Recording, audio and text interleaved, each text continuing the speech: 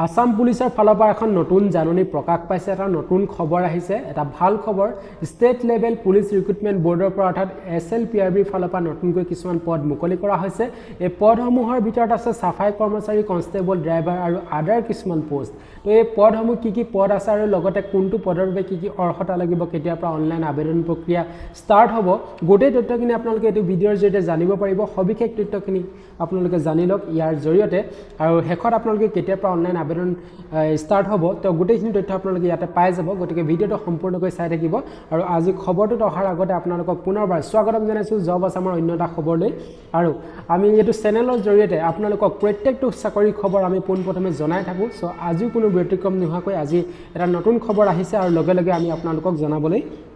এটা ভিডিঅ' প্ৰস্তুত কৰিছো সো আজি খবৰটোত আপোনালোকক কৈছে যে আসাম পুলিচৰ ফালৰ পৰা 2350 টা 2350 টাকৈ পদ মুকলি হৈছে এই পদসমূহৰ ভিতৰত কোনটো পদৰ বাবে কিমানটা পোষ্ট আছে তো সেইখিনি মই আপোনালোকক প্ৰথমতে জনাই দিব বিচাৰিছো যোনটো ডিপাৰ্টমেন্ট অৰ্গেনাইজেচনটো হৈছে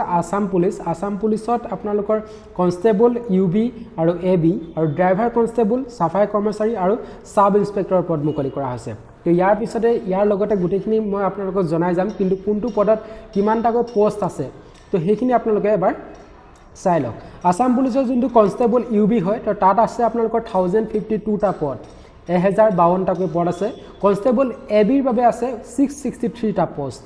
ড্ৰাইভাৰ কনষ্টেবলৰ বাবে আছে 127 টা পোষ্ট সাফাই কৰ্মচাৰীৰ বাবে আছে 96 টা পোষ্ট আৰু সাব ইন্সপেক্টৰ ইউবিৰ বাবে আছে 48 টা পোষ্ট আৰু আসাম কমান্ডো বেটেলিয়নছৰ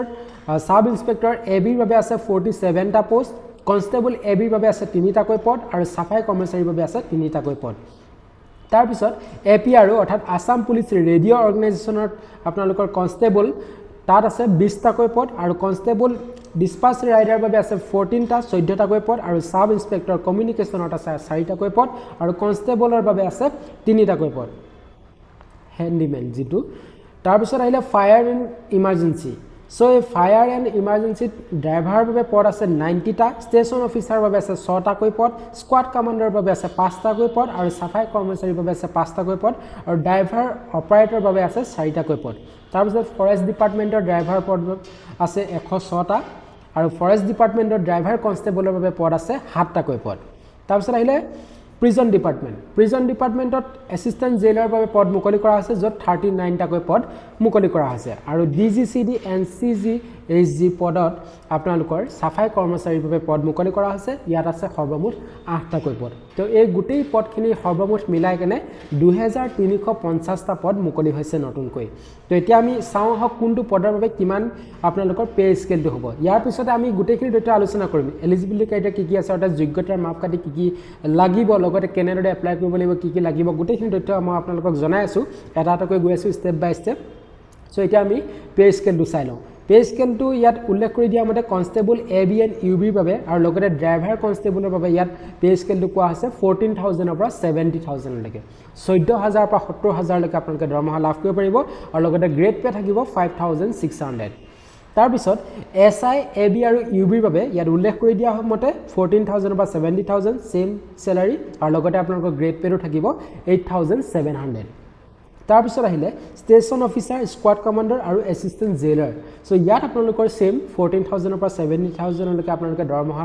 লাভ কৰিব পাৰিব আৰু লগতে আপোনালোকে গ্ৰেড পেটো পাব 8700 তাৰ পিছত কনষ্টেবল ডিসপাচ ৰাইডাৰ মেসেঞ্জাৰ আৰু লগতে হেণ্ডিমেন আৰু ড্ৰাইভাৰ অপাৰেটৰ ইন ফায়াৰ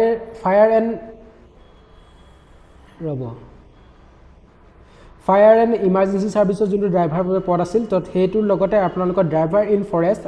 তো ইয়াত আপোনালোকৰ সেম 14000 পৰা আপোনালোকৰ 70000 লৈকে আপোনালোকে দৰমহা লাভ কৰিব পাৰিব আৰু লগতে আপোনালোকৰ গ্ৰেড পে থাকিব 5200 তাৰ পিছত সাফাই কৰ্মচাৰী যোনটো পদ মুকলি কৰা হৈছে সাফাই কৰ্মচাৰীৰ বাবে আপোনালোকৰ স্যালাৰি হ'ব 12000 ৰ পৰা 52000 লৈকে 12000 পৰা 52000 লৈকে আপোনালোকে দৰমহা লাভ কৰিব পাৰিব আৰু লগতে আপোনালোকৰ গ্ৰেড পে থাকিব 3900 টকাকৈ আপোনালোকে গ্ৰেড পে লাভ কৰিব পাৰিব তাৰ পিছত এটা উল্লেখ কৰি দিয়া আছে ইয়াৰ এলিজিবিলিটি ক্ৰাইটেৰিয়া সমূহ যিখিনি আপোনালোকৰ যোগ্যতাৰ বাবে মাপকাঠি অৰ্থাৎ যোগ্যতাৰ মাপকাঠি বা আপোনালোকে ইয়াত এপ্লাই কৰিবলৈ কি আপোনালোকৰ যোগ্যতা লাগিব সেইখিনি উল্লেখ কৰি দিয়া মতে নেশ্যনেলিটিটো কোৱা আছে ভাৰতীয় নাগৰিক হ'ব লাগিব অৰ্থাৎ ইণ্ডিয়ান সিটিজেন হ'ব লাগিব তাৰ লগতে লোকেল লেংগুৱেজ প্ৰফিচিয়েন্সি যেটো আমাৰ স্থানীয় ভাষা অসমীয়া ভাষাটো বাধ্যতামূলকভাৱে আপোনালোকে জানিব লাগিব যিসকল ক্যান্ডিডেটে এপ্লাই কৰিম বুলি ভাবিছে আৰু লগতে এমপ্লয়মেন্ট এক্সচেঞ্জ ৰেজিষ্ট্ৰেচন কাৰ্ড আপোনালোকৰ থাকিব লাগিব ভ্যালিড তো এইগিটা ইয়াত বিচৰা আছে আৰু এজ লিমিট ইয়াত উল্লেখ কৰি দিয়া মতে কনষ্টেবল ইউবি আৰু এবিৰ বাবে ইয়াত উল্লেখ কৰি দিয়া হৈছে মই এটা এটাকে কৈ আছো আপোনালোকক age লিমিটটো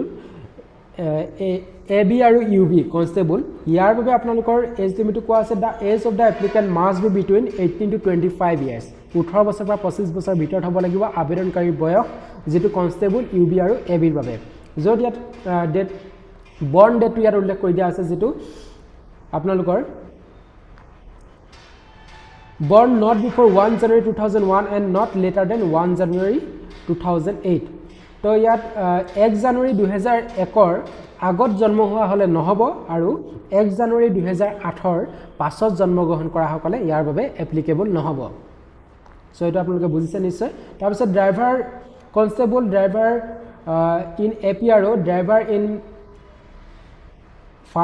fire and emergency service আৰু লগতে ড্ৰাইভাৰ কনষ্টেবল বাবে যিখিনি পদ মুকলি কৰা হৈছিল তো তাত আপোনালোকৰ সেম 18 পৰা 25 বছৰ ভিতৰলৈকে আপোনালোকৰ বয়সটো হ'ব লাগিব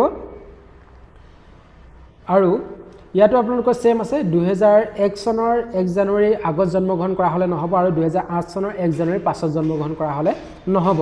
ড্ৰাইভাৰ ইন ফৰেষ্ট ডিপাৰ্টমেন্টৰ যি ড্ৰাইভাৰ পদ আছে তো তাত আপোনালোকৰ 18 বছৰ পৰা 40 বছৰ ভিতৰলৈকে আপোনালোকে এপ্লাই কৰিব পাৰিব ইয়াত বয়সৰ সীমাটো অলপ বেছি 18 পৰা 40 বছৰ বয়সলৈকে আপোনালোকে এপ্লাই কৰিব পাৰিব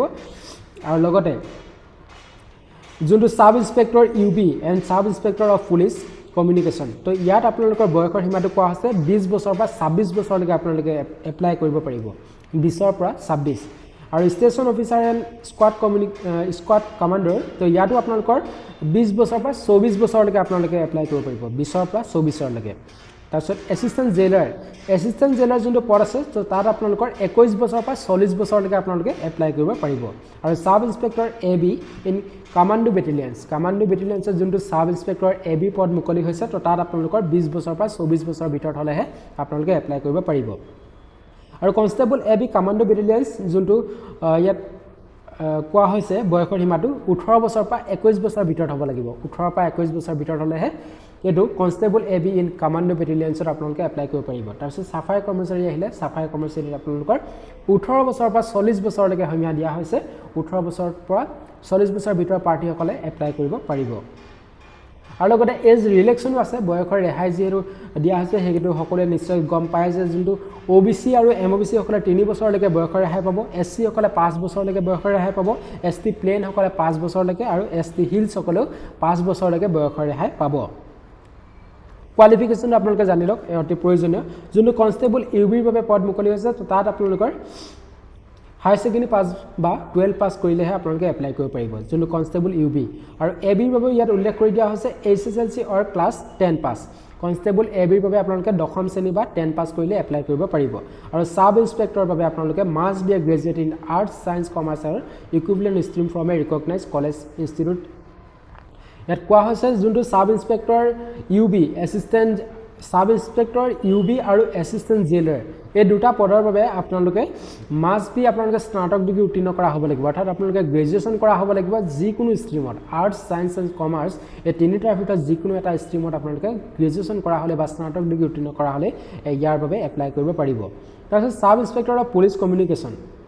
সো ইয়াত আপোনালোকে BSc কৰা হ'ব লাগিব ইলেক্ট্ৰনিক সায়েন্সত নাইবা IT নাইবা কম্পিউটাৰ সায়েন্সত আপোনালোকে BSc কৰা হ'লেহে ইয়াৰ বাবে যোগ্য হ'ব তাৰপিছত সাব ইন্সপেক্টৰ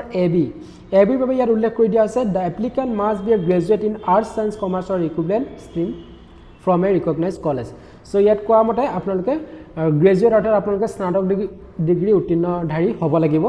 যেটো ইয়াত উল্লেখ কৰি দিয়া মতে আৰ্টছ সায়েন্স এণ্ড কমাৰ্চ এই তিনিটাৰ ভিতৰত যিকোনো এটা ষ্ট্ৰীমত আপোনালোকে স্নাতক ডিগ্ৰী উত্তীৰ্ণ কৰিলে ইয়াৰ বাবে এপ্লাই কৰিব পাৰিব আৰু যোনটো আহিলে ড্ৰাইভাৰ কনষ্টেবল আৰু আপোনালোকৰ ড্ৰাইভাৰ অপাৰেটৰ ড্ৰাইভাৰ কনষ্টেবল তো এইখিনি পদৰ বাবে আপোনালোকে মেট্ৰিক পাস কৰা হ'লে হ'ব মেট্ৰিক পাছ কৰা হ'লে আপুনি ইয়াৰ বাবে যোগ্য হ'ব আৰু লগতে আপোনালোকৰ ভেলিড ড্ৰাইভিং লাইসেন্স থাকিব লাগিব ড্ৰাইভাৰ পদটোৰ বাবে আৰু সাফাই কৰ্মচাৰী যোনটো পদ আছে সো সাফাই কৰ্মচাৰীৰ বাবে আপোনালোকে ন্যূনতম শিক্ষাগত অৰ্হতা আপোনালোকে অষ্টম শ্ৰেণী উত্তীৰ্ণ কৰিলে এপ্লাই কৰিব পাৰিব ক্লাছ 8 পাছ কৰিলে আপুনি সাফাই কৰ্মচাৰী পদটোৰ বাবে এপ্লাই কৰিব পাৰিব ইয়াৰ পিছতে এইখিনি আছিল ইয়াৰ যোগ্যতাৰ মাপকাঠিসমূহ তো এইখিনি আপোনালোকে যদি আপোনালোকৰ আছে সম্পূৰ্ণকৈ তেনেহলে আপুনি যোনটো পদৰ বাবে যোগ্য হয় হেতু পদত আপোনালোকে এপ্লাই কৰি দিব পাৰিব যেটো অনলাইন যোগে আপোনালোকে এপ্লাই কৰিব লাগিব আৰু অনলাইন আবেদন প্ৰক্ৰিয়া 16 ডিসেম্বৰৰ পৰা আৰম্ভ হ'ব 16 ডিসেম্বৰৰ পৰা ইয়াত উল্লেখ কৰি দিয়া হৈছে 16 ডিসেম্বৰৰ পৰা অনলাইন আবেদন প্ৰক্ৰিয়া ষ্টাৰ্ট হ'ব আৰু লাষ্ট ডেট আছে 16 জানুৱাৰী 2026 তো 16 ডিসেম্বৰ 2025 পৰা ষ্টাৰ্ট হ'ব আৰু 16 জানুৱাৰী 2026 লৈকে ইয়াত লাষ্ট ডেট আছে তো এইখিনি সময়ৰ ভিতৰত আপোনালোকে এপ্লাই কৰি ল'ব যদি আপুনি ইচ্ছুক হয় বা আপুনি যদি যোগ্য হয় আৰু ইয়াৰ অফিচিয়েল যোনখন নটিফিকেশন আপোনালোকে মই প্ৰত্যেকটোৰে বাবে বেলেগ কৈ দি দিছো যোনটো কনষ্টেবল এবি আৰু ইউবি নটিফিকেশনখনো মই বেলেগ কৈ দি দিছো সাব ইন্সপেক্টৰৰ নটিফিকেশনটো মই বেলেগ কৈ দি দিছো তো গোটেইকিটা আপোনালোকে লিংক পাই যাব তলত তার আপোনালোকে দেখিব কনষ্টেবল এবি ইউবি তো যদি আপুনি যোনটো পদৰ বাবে যোনটো জাননীখন আপোনালোকে চাব বিচাৰে তো তাত ক্লিক কৰি ডেসিশনৰ লিংক থাকিব লিংকত ক্লিক কৰি আপোনালোকে নিজে অফিচিয়েল যোনখন জাননী প্ৰকাশ কৰা আছে এখন আপোনালোকে চাই ল'ব পাৰিব প্ৰত্যেকটোৰ বাবে বেলেগ জাননী মই আপলোড কৰি ৰাখি দিছো ডেসিশনৰ আপোনালোকে লিংক পাই যাব সাফাই কৰ্মচাৰী driver constable sub inspector constable তো গোটেইখিনিৰ বাবে বেলেগ কৈ নটিফিকেশনৰ লিংক ডেসক্ৰিপচনত দিয়া আছে আৰু এপ্লাই কৰাৰ লিংকটো এতিয়ালৈকে যেহেতু মুকলি কৰা হোৱা নাই যেটো 16 ডিসেম্বৰৰ পৰা মুকলি আৰম্ভ হ'ব বা অনলাইন আবেদন প্ৰক্ৰিয়া আৰম্ভ হ'ব সো তেতিয়া আপোনালোকে লিংকটো পাই যাব এটো ভিডিওৰ ডেসক্ৰিপচনতে আপোনালোকে অনলাইন এপ্লাই কৰাৰ লিংকটো পাই যাব কিন্তু এতিয়া যেহেতু মুকলি হোৱা নাই এতিয়া আপোনালোকে